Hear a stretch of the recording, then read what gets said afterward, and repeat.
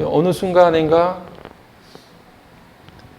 제가 정말 애쓰고 땀 흘리면서 함께 사역했던 그 시간들이 사라지면서 그 긴 시간 동안에 함께했던 사람들의 이름도 다 사라진 거죠. 그것이 저에게는 늘 고통이고 무거운 짐이었습니다. 그런 것들이 어느 순간인가 다 내게 회복되고 나아졌다라고 생각이 들었지만 또 어느 순간인가 문득문득 그것들이 나도 모르게 떠오를 때도 있었던 거죠. 그렇게 그런 순간이 생각나면 서운함이 표시가 되고 때로는 마음속에 쌓아놓았던 감정이 표출되기도 하는데, 그렇게 표출되고 이야기될 때 곁에 있던 사람이 그게 정말 힘들었나 보다 이렇게 생각해 주면 참 고마운 일인데, 그 이야기를 듣고 목사의 마음속에 여전히 분노가 있어. 목사가 왜 저래? 이렇게 이야기하면서 제 곁을 떠나갔던 사람들도 몇몇 있어요. 그때 그 모습을 볼 때 또 한편으로 또 상처받고 서운한 거예요. 저도 사람인데 나도 그것 때문에 너무 힘들고 긴 세월들을 그렇게 끙끙거리면서 지나왔는데 그 한순간 표출된 감정을 받아주지 못해? 이런 생각이 드는 거예요.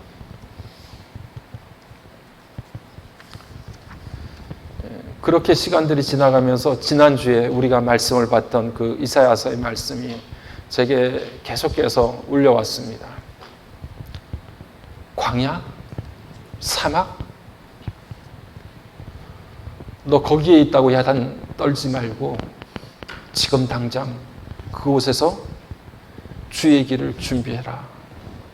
너 거기에 있다고 난리법석 떨지 말고 당장 그곳에서 하나님을 위한 길을 평탄케 해라. 그러면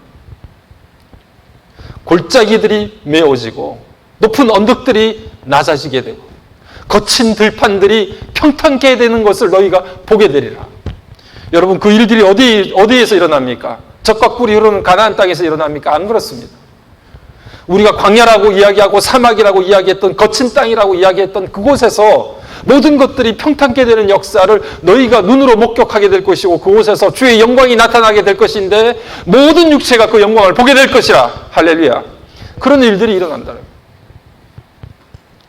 그러니 힘들고 어렵고 외롭고 쓸쓸하지만 네가 서 있는 광야에서 가만히 있지 마. 그곳이 하나님의 역사가 임하게 될, 그곳이 하나님께서 행하시게 될 놀라운 역사의 현장이기에 그곳에서 주의 길을 준비해. 네가 할 수 있는 일을 시작해. 거친 땅이라고 투덜대지 말고 그 거친 땅을 평탄케 하는, 하나님을 위하여 그 길을 평탄케 하는 그 일을 시작해. 삽을 들어 풀을 뽑아 라고 말씀하시는 거예요.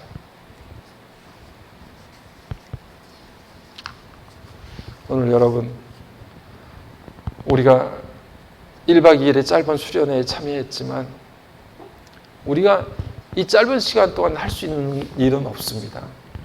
그런데 한 가지 우리 마음속에, 우리의 삶의 척박한 땅에서 내가 이제 시작해야 되겠구나. 내가 주의 길을 준비해야 되겠구나. 내가 삽을 떠야 되겠구나. 내가 골짜기가 메껴지고 높은 언덕이 낮아지는 역사를 경험해야 되겠구나. 그 주의 역사, 주의 영광이 우리 가운데, 내 삶 가운데 임하는 것을 내가 내 눈으로 목격해야 되겠구나. 이런 마음을 우리가 품고 돌아갈 수 있으면 오늘 우리에게는 큰 은혜의 시간이 될 줄로 믿습니다.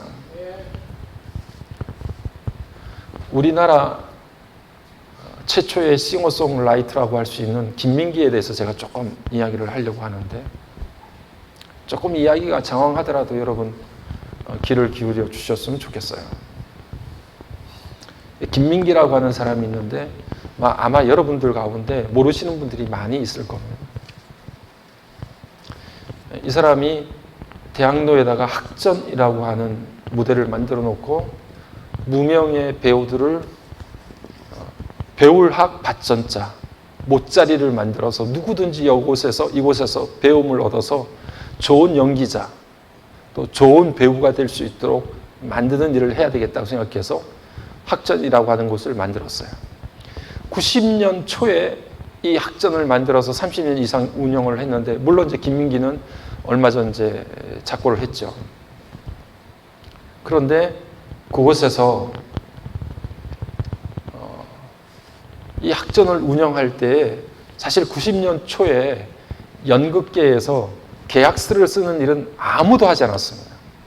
그저 장사가 되는 대로, 돈이 남는 대로 운영자가 돈 얼마 주면 그냥 감사한 줄 알고 받고서 그거 가지고 10,000원이 됐든 10만 원이 됐든 그거 가지고 그냥 한 달 사는 것이 연극 배우들의 그런 생계였어요. 그런데 그때 최초로 이 김민기라고 하는 분이 계약서를 작성합니다. 너 우리 극단에 들어오면 1년에 얼마, 연봉이 얼마고 월 얼마를 계약하자. 그래서 계약서를 처음 쓰기 시작한 거예요. 그러니까 모두가 다 놀란 거예요. 어떤 극단이든지 간에 연출자와 배우들 간에 무슨 계약서가 쓰여진 경우가 없었거든요. 계약서를 썼습니다. 그리고 한 달에 한 번씩 연극을 해서 들어온 수입을 투명하게 밝혔어요. 우리 극단에서 이번 한 달 연극으로 벌여들인 돈이 얼마다. 그런데 이곳에서 지출이 얼마였고 얼마의 수익금이 남았는데 그 수익금을 계약한 대로 누구누구에게 나눠주겠다고 해서 봉투를 일일이 다 연극 배우들에게 하나씩 나눠주면서 그렇게 해서 나중에는 극단이 어려워지죠. 여러분 지하철 1호선이라고 하는 연극이 굉장히 오래 거기서 학전에서 연극이 됐지만 어쨌든 경영난에 허덕일 때에도 이 김민기가 일산에 있는 자기 집을 팝니다. 배우들 급료를 주기 위해서. 그렇게까지 마지막까지 헌신을 하면서 이름 없는 배우들을 불러다가 그곳에서 훈련을 시켜서 좋은 연기자로 그렇게 길러냈던 곳인데 여러분 그곳에서 배우를 시작했던 사람들이 김윤석, 황정민, 설경구, 조승우, 장현승, 안내상, 김원혜 이런 기라성 같은 인물들을 그 학전에서 길러냈어요. 처음 와서 연극 포스터 붙이고 돌아다니면서 그렇게 하다가 연극을 시작하고 그래서 그 유명한 배우들이 됐습니다. 김민기는 굉장히 천재적인 사람이거든요. 물론 그가 경기고등학교, 서울대, KS입니다. 아주 뛰어난 사람이죠. 그런데 이 김민기가 고등학교 시절에 바닷가로 보이스카우트 야영을 갔는데 거기에서 친구 하나가 익사해서 죽어요. 그때 그 친구가 고등학교 때 그 예민했던 사춘기에 친구가 죽었다는 게 너무 충격적이어서 거기에서 기차를 타고 서울로 올라오면서 친구라고 하는 노래를 즉석에서 만들어요. 고등학교 때. 근데 그 곡을 저도 오래전에 대학을 다닐 때 그 노래를 이렇게 봤는데 이거는 고등학생이 만들 노래가 아니에요. 엄청난 노래를 고등학교 때부터 만들었고 그가 지었던 노래들이 아침 이슬, 상록수 같은 노래들입니다. 그래서 서울대를 중심으로 해서 그 노래들이 학생들, 당시의 대학생들에게 정말 아침 이슬은 국민가요가 될 정도로 많이 그렇게 보급이 되고 대학생들한테는 그 당시 엄청나게 80년대, 90년대는 엄청나게 불려졌던 노래들이에요. 그런데 김민기는 그것이 대학생들에게 그렇게 인기를 끌고 마치 운동권이나 이런 데 노래가 불려지리라고는 생각을 못했어요. 그냥 자기는 자기의 정서상 자기가 보고 느낀 것을 노래로 만들었는데 그것이 그렇게 되자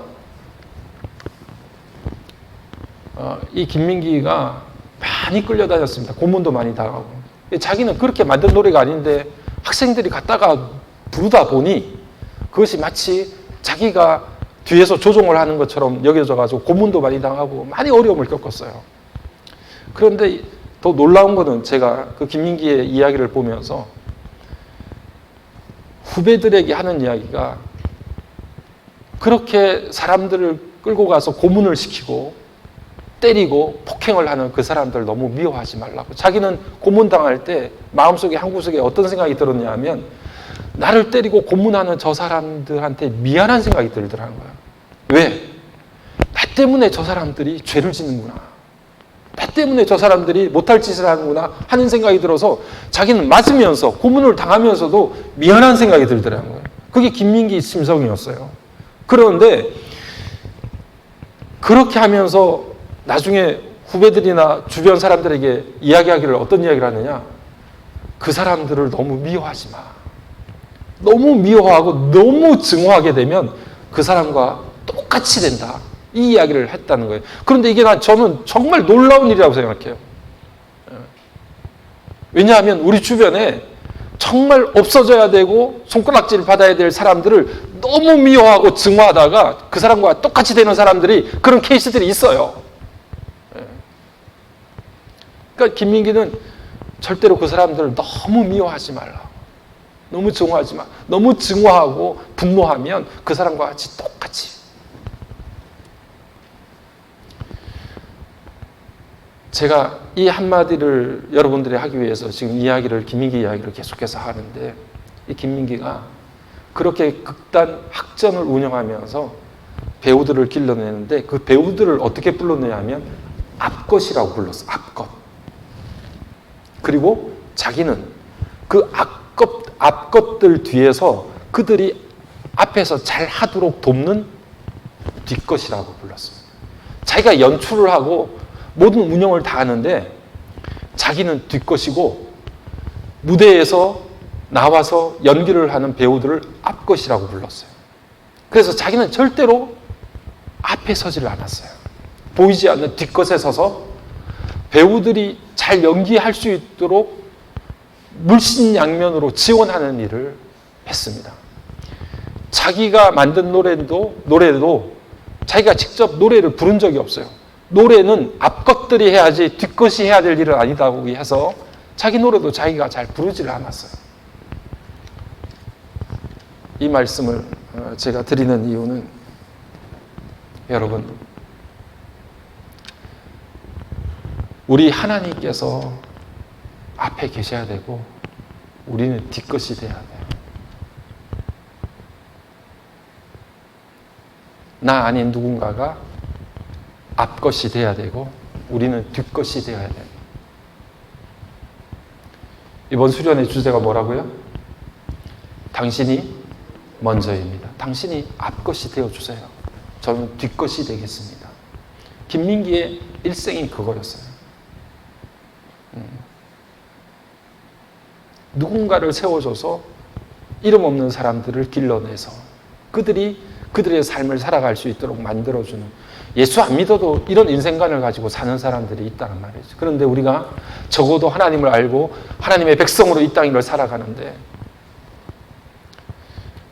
우리가 고린도전서 13장 4절 5절 말씀을 우리가 보면서 오늘 해당되는, 우리가 13장의 내용들을 쭉 읽어 나갈 때 해당되는 내용이, 사랑은 자기의 유익을 구하지 아니하며, 자기의 유익을 구하지 아니하며라고 하는 말이 다른 것이 아니라, 그 본문을 보면 사랑은 자기를 구하지 않는다라고 하는 뜻이에요. 그래서 영어 성경만 보더라도 It is not self-seeking 이라고 나와 있습니다. Love is not self-seeking. 자신을 구하고 자신을 추구하지 않아요. 어떻게 사람이 자기를 구하고 자기를 중심에 놓고 생각하지 않을 수가 있습니까? 자기의 유익을 구하지 않는다는 건 너무 힘들고 어려운 거 아닙니까?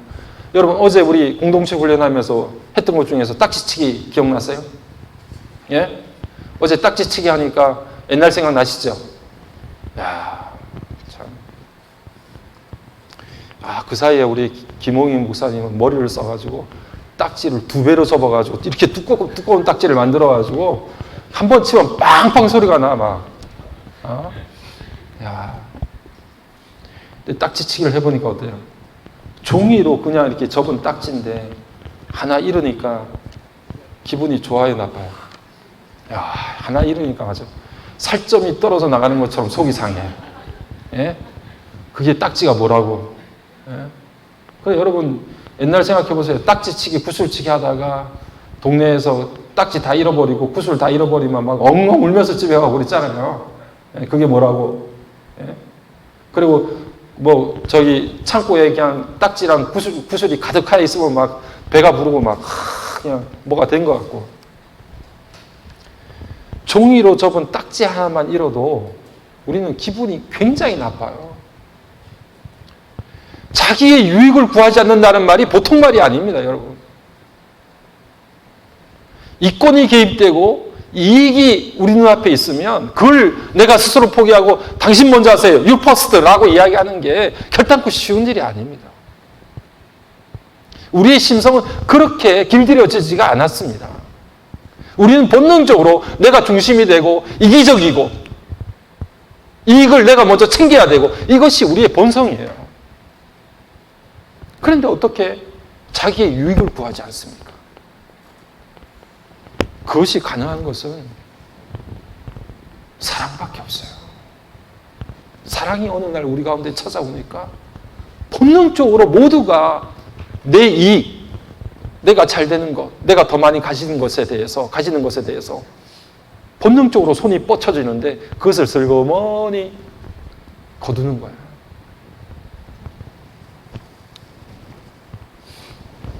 한 독일 청년이 서울대 교환학생으로 서울에 한 40년 전에 한국에 들어왔습니다. 서울대에서 교환학생으로 공부를 열심히 했어요. 그런데 그 서울대에서 공부하다가 여학생이랑 딱 눈이 맞아가지고 교제를 하다가 한국 여학생이랑 결혼을 했어요. 결혼해서 살다 보니까 한국이 너무 좋은 거야, 이 독일 남자가. 그래서 그냥 한국으로 독일 사람으로 제1호로 귀화를 했어요.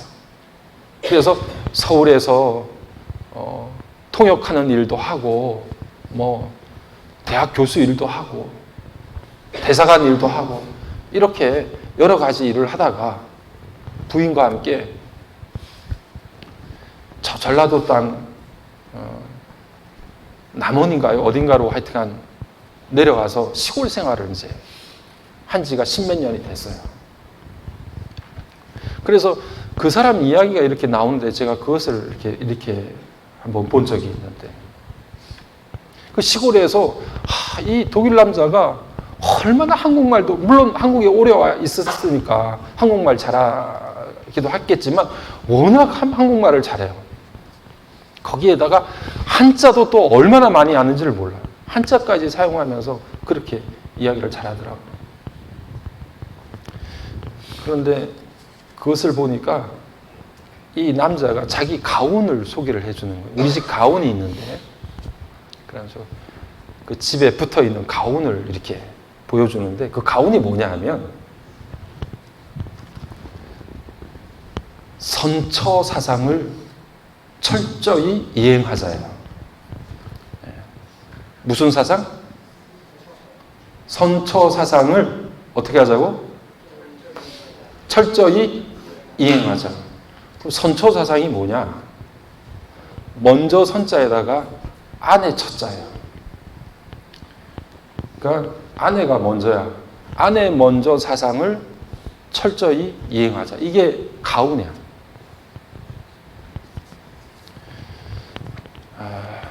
오늘 남편들이 다 이 이야기를 들어야 되는데 안 와가지고 저도 반성을 많이 했습니다. You first, 당신 먼저입니다 라고 이야기하는데 그 독일 남자가 떠오르더라고요. 야, 선처 사상을 철저히 이행하자. 자, 우리 남편들만 따라서 해봅시다. 선처 사상을 철저히 이행하자. 말을 잘 안 하시는 분들이 계시는 것 같아요.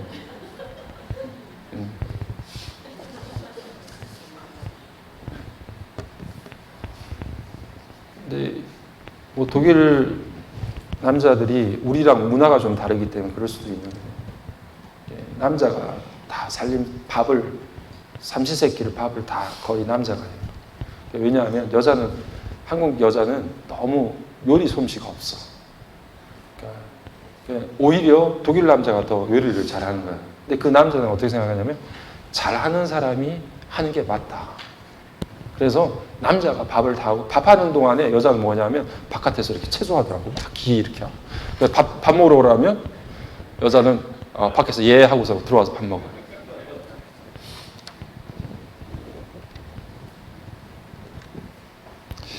이게 어떻게 가능합니까, 여러분? 사랑 때문에 가능한 거예요. 참 어렵고 힘든 일인데 사랑이 이 모든 일들을 가능하게 만듭니다.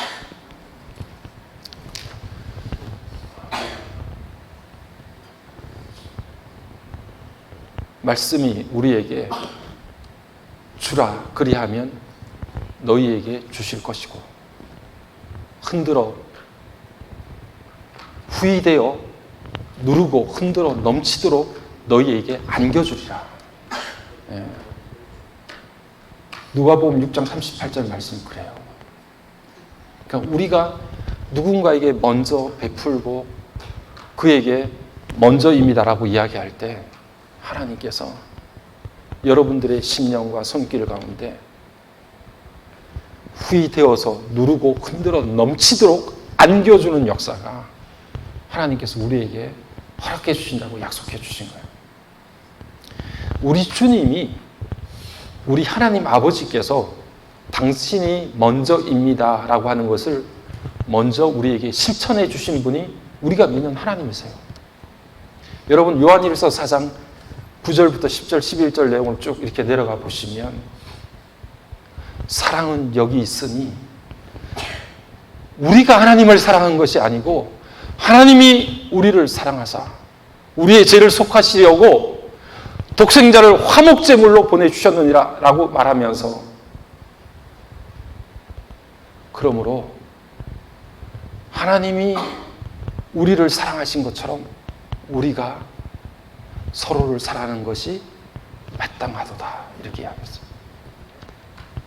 그분이 나 사랑해줘 라고 우리를 기다리신 게 아니라 내가 너를 먼저 사랑해 줄게. 너 먼저 라고 이야기를 해주셨어요. 여러분 잘 알다시피 예수님께서 제자들의 발을 씻겨주셨잖아요.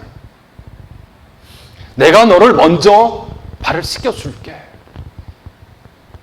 내가 선생이고 주가 되지만 너희가 나의 발을 씻어줄 때까지 기다리는 것이 아니라 내가 먼저 너에게 너희들의 발을 씻겨줄게.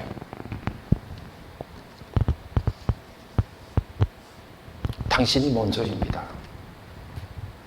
목사인 내가 먼저가 아니고 장로인 내가 먼저가 아니고 권사인 내가 먼저가 아니고 집사인 내가 먼저가 아니고 오늘 여기에 앉아있는 아주 작은 아이들 누구 신경 하나 쓰지 않는 돈 안 되는 사람들 먼저입니다. 그게 교회입니다, 여러분. 할렐루야. 그걸 믿으셔야 돼요. 하나님께서 오늘 우리가 믿고 따르는 하나님께서 그것을 먼저 행하신 거예요.